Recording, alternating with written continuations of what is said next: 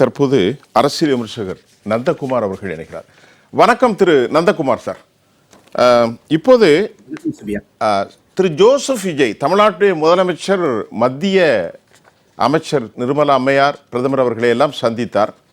இதில் இப்போது அதிகம் பேசப்படுகிற விவகாரம், டெல்லியிலே சந்தித்த பின்பு அவர் தேசிய அளவில் தேசிய பத்திரிகையாளர்கள்ட்டெல்லாம் ஒரு புதிய முதல்வர், தங்களுடைய கொள்கைகள் எது சந்தித்தோம், நாங்கள் எப்படி நட்புறவோடு செய்ய போகிறோம், எங்களுக்கான தேவைகள் இதெல்லாம் கொடுப்பது தமிழ்நாட்டை பற்றி ஒரு சிறந்த பிம்பத்தை ஏற்படுத்தும் என்ற அறிவுசார் தளத்திலிருந்து ஒரு கருத்து. ஆனால் தனிப்பட்ட முறையில் திரு ஜோசப் விஜய் எப்படியும் இருந்துவிட்டு போகலாம். இப்போது அவர் தமிழ்நாட்டுடைய முதலமைச்சர்.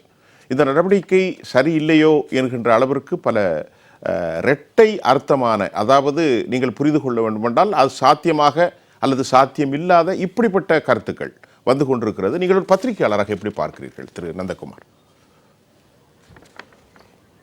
சுபியான், முதல்ல நான் பத்திரிகையாளர் இல்லை, நான் அரசியல் விமர்சகர் தான். சரி, அதை முதல்ல நான் தெளிவுபடுத்திடுறேன். அப்புறம் இப்போ இது பத்திரிகையாளர்களை மீட் பண்ற அந்த கேள்விக்கு முன்னாடி, அப்போ இது ஜீவ சகாப்தன் அவர்கள் உண்மையை தெரிஞ்சு பேசுறாரா இல்ல உண்மையை தெரிஞ்சு மறைச்சு பேசுறாரான்னு எனக்கு தெரியல. இந்த minister of home affairs national ஆந்தத்துக்கு முன்னாடி நேஷனல் சாங் பாடணும்னு அவங்க ஆர்டர் போட்டது 28 ஜனவரி 2026 இருக்கும்போது, ஜனவரி 28ஆம் தேதி இந்த ஆர்டர் போடப்பட்டது. அப்போ இந்த புதுசா கவர்னர் பதவி ஏற்கும் போது நம்மளுடைய அன்றைய முதல்வர் ஸ்டாலின் ஐயா அவர்களும் அந்த விழால இருக்காரு. அப்ப கூட முதல்ல வந்தே மாதரம் பாடுறாங்க, ரெண்டாவது நேஷனல் ஆந்தம் பாடுறாங்க, மூணாவது தான் தமிழ் தாய் வாழ்த்து பாடுறாங்க. அப்ப இதையெல்லாம் தெரியாம பத்திரிகையாளரா ஜீவா உட்கார்ந்து இருப்பாரு நான் நம்பல. அவருக்கு உண்மை தெரிஞ்சிருந்தாலும் ஏதாவது ஒரு வகையில விஜய் அவர்களை கலங்கப்படுத்தணுங்கிறதுக்காக திட்டமிட்டு பொய் பேசிக்கிட்டு இருக்காங்க. எல்லா சேனல்லையும் இதே பொய்ய பேசிக்கிட்டு இருக்காங்க. நம்ம எல்லா இடத்துலயும் இந்த பொய்ய உடைச்சுக்கிட்டே இருக்கிறோம். அப்போ ஜனவரி மாசம் வந்த ஆர்டருக்கு இதுவரைக்கும் திமுக அரசாங்கம் இருந்த போது எதற்காக இந்த ஆர்டர் வந்துச்சு, இந்த ஆர்டரை நாங்க எதிர்த்து போராட்டம் அப்படி ஏதாவது ஒரு போராட்டம்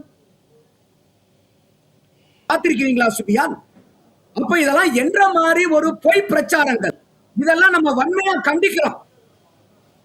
உண்மை இல்லைன்னா உண்மை தெரிஞ்சுக்கணும், உண்மை தெரிஞ்சுக்கிட்டு போய் பேசினா அது அதை விட கண்டனத்துக்கு உரியது. இது பாயிண்ட் நம்பர் 1.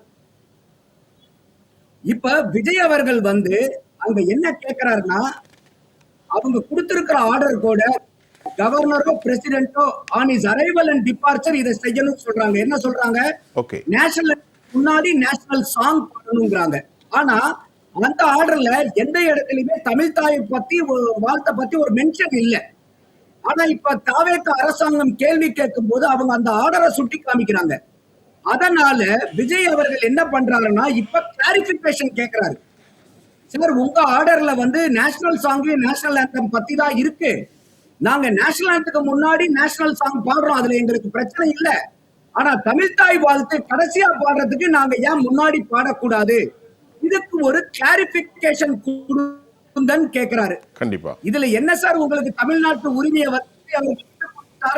சேனல் தோறும் போய் பிரச்சாரம் பண்ணிட்டு இருக்காங்களே, எந்த விதத்துல இவங்களெல்லாம் மக்கள் இவங்களெல்லாம் பார்த்துக்கிட்டு இருக்காங்கிறது இவங்களுக்கு கொஞ்சம் கூட பயமே இல்லையா? அப்பட்டமா போய் பிரச்சாரம் பண்ணிட்டு இருக்கிறோங்கிறது. அப்ப அதே மாதிரி இன்னைக்கு இன்னொன்னு என்ன சொல்றாங்க, ஆந்திரா ஒரு பிசினஸ் மேனை கூட்டிக்கிட்டு போனாங்க. இதுவும் ஒரு பெரிய பொய் பிரச்சாரம். அந்த விஷ்ணு ரெட்டி யாருன்னா தமிழக முதலமைச்சருக்கு adviser for public events and general மேட்டர்ஸ்ங்கிற பொறுப்புல அப்பாயிண்ட் பண்ணப்பட்ட நபர். அப்ப இதெல்லாம் ஜீவாக்கு தெரியாம உட்கார்ந்து பேசிட்டு இருக்காங்களா? இல்ல, அப்படி நான் நம்ப தயாரா இல்ல. ஓகே, தெரிஞ்சே வீண் பழி சுமத்தி பொய் பிரச்சாரம் பண்ணிக்கிட்டு இருக்காங்க. அப்போ இதுல போனதுல வேற யார் இருக்காங்க? அவருடைய 2 மெய்காப்பாளர்கள் இருக்காங்க, அவருடைய லாங் டைம் மேனேஜர் இருக்காரு, ஒரு ஹேர் ட்ரெஸ்ஸர் இருக்காரு. இந்த மாதிரி எல்லாம் இருக்கும் போது ஆட்சி வந்துருச்சு, இன்னும் உங்களுக்கு தாவேக ஆட்சி அமைச்சர் ஜீர்ணிக்க முடியலையா? ஏன் இவ்வளவு தூரம் ஒரு வெறுப்பை காமிக்கணும் ஒரு புது அரசாங்கத்து மேல? அவங்களுடைய அரசியல் நடவடிக்கை சரியில்லைன்னா விமர்சனம் பண்ணுவோம். திரு நந்தகுமார், தற்போதைய விவாதத்தில் உங்களுடைய கருத்துக்களை வையுங்கள். இப்பொழுது நாங்கள் பேசிக் கொண்டிருக்கிறோம். இல்ல, இப்ப ஐயா விஜய் அவர்களை பொறுத்த வரைக்கும் பழைய அரசாங்கம், திமுக அரசாங்கம் மாதிரி மத்திய மாநில அரசுக்கு டெல்லிக்கும் தமிழ்நாட்டுக்கும் தான் சண்டைங்கிற போக்கு அவருக்கு இருக்காதுங்க. அவர் ஒரு கார்டியலான ரிலேஷன்ஷிப் சென்ட்ரல் கூட வச்சுக்கணுங்கிறது தான் அவருடைய நேற்றைய நிகழ்வுகள் பூராமே நமக்கு தெரியுது. சோ அதுல தமிழ்நாட்டு மக்களுக்கும் அதுதான் நல்லது. மாநில உரிமையை பாதுகாக்கிறதுக்காக உரிமை கோரல் வேற, சண்டை போடுறதுங்கிறது வேற. அதாவது அரசியல் ரீதியா நம்ம கருத்துக்களை எதிர்க்கலாம், ஆனா ஒரு கான்ஸ்டிடியூஷனலா சீஃப் மினிஸ்டர் ஆபீஸும் பிரைம் மினிஸ்டர் ஆபீஸும் சண்டை போடணுங்கிற அவசியம் கிடையாதுங்க. அது எந்த மாநிலத்துக்கும் நல்லதில்லை. அந்த மாதிரி ஒரு நல்ல ஒரு கார்டியலான ரிலேஷன்ஷிப் மத்திக்கும் மாநிலத்துக்கும் உண்டானதை நோக்கி தான் விஜய் அவர்களுடைய நகர்கள் இருக்குது.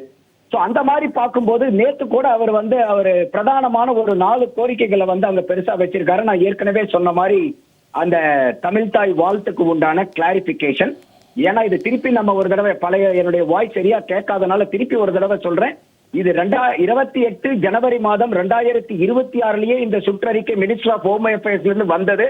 அப்ப ஐயா முதலமைச்சரா இருந்தவர் ஐயா ஸ்டாலின் அவர்கள், அவரு முதலமைச்சரா இருக்கும் போதே அன்றைய முதல்வர் இப்ப இருக்கக்கூடிய கவர்னர் பதவியேற்பு விழால இதேதான் செய்யப்பட்டது. தமிழ்தாய் வாழ்த்து கடைசியா தான் பாடப்பட்டது. அப்பெல்லாம் எந்த சலனமோ எந்த சத்தமோ கிடையாது, எந்த போராட்டத்தையும் இவங்க அறிவிக்கல. அப்போ இப்ப ஒரு கிளாரிபிகேஷன் இவர் கேட்கிறாரு. ஐயா நீங்க சொல்றதுல நேஷனல் ஆந்தம் நாங்க பாடுறோம், அதுக்கு முன்னாடி நேஷனல் சாங்கும் பாடுறோம், ஆனா தமிழ்தாய் வாழ்த்தை பத்தி உங்க சர்க்குலர்ல எந்த மென்ஷனும் கிடையாது, நாங்க ஏன் அதுல முதல்ல பாடிக்க கூடாது, அந்த கிளாரிபிகேஷன் கொடுங்கன்னு ஒரு தார்மீகமான உரிமையின் அடிப்படையில கோர்றாரு. இது மாநில உரிமை கேட்கறது. அங்க போய் சண்டை போட்டாதான் மாநில உரிமையும் இல்ல, நமக்குண்டான நியாயத்தை எடுத்து வைக்கிறதே ஒரு உரிமை. அடுத்தது இன்னைக்கு மேகதாதுவனுடைய டிபிஆர், அது நமக்கு தமிழகத்துக்கு பெரிய பிரச்சனையா இருக்குது. ஐயா சிவகுமார் அவர்கள் அவங்க சப்மிட் பண்றேன்னு சொல்றாங்க. அதனால ஏற்கனவே லெட்டர் எழுதியிருந்தாரு அவரு செவ்வாய்க்கிழமை. அங்க போறதுக்கு முன்னாடியே லெட்டர் முன்னாடியே போயிடுச்சு. இருந்தாலும் இவருடைய இந்த மெமரண்டத்திலையும் அதை எந்த இடத்துலயும் நீங்க இது முதல்ல CWDT இருந்த போது அது 2018 டிசால்வ் பண்ணிட்டு அது CWMA மாறிடுச்சு. பட் CWDT கொடுத்த ஆர்டர் பிரகாரமும் சுப்ரீம் கோர்ட் விதிச்ச ஆர்டர் பிரகாரமும் இது அந்த தீர்ப்புகளுக்கெல்லாம் எதிரான நடவடிக்கையை கர்நாடக அரசாங்கம் செய்யறாங்க. அதையும் நீங்க கருத்துல கொண்டு மக்களுடைய மாநிலத்தினுடைய உரிமையும் நீங்க நிலை கொண்டு கண்டிப்பா இதுக்கு உண்டான நடவடிக்கை எடுக்கணும்னு சொல்லியிருக்காரு. அதே மாதிரி இந்த DRDO சார்பாக அந்த டிஃபென்ஸ் காரிடார்ல இருக்கக்கூடிய அந்த வான்வெளி பாதுகாப்புக்கு உண்டான டிசைனிங் அண்ட் டெவலப்மெண்ட்டுக்கு அதை கேப்சன் சொல்லுவாங்க, அந்த சென்டர்ஸை நீங்க தமிழகத்துக்கு கொண்டு வாங்க. இன்னும் பல முதலீடுகளை கொண்டு வரதுக்கு முயற்சி பண்ணுங்க.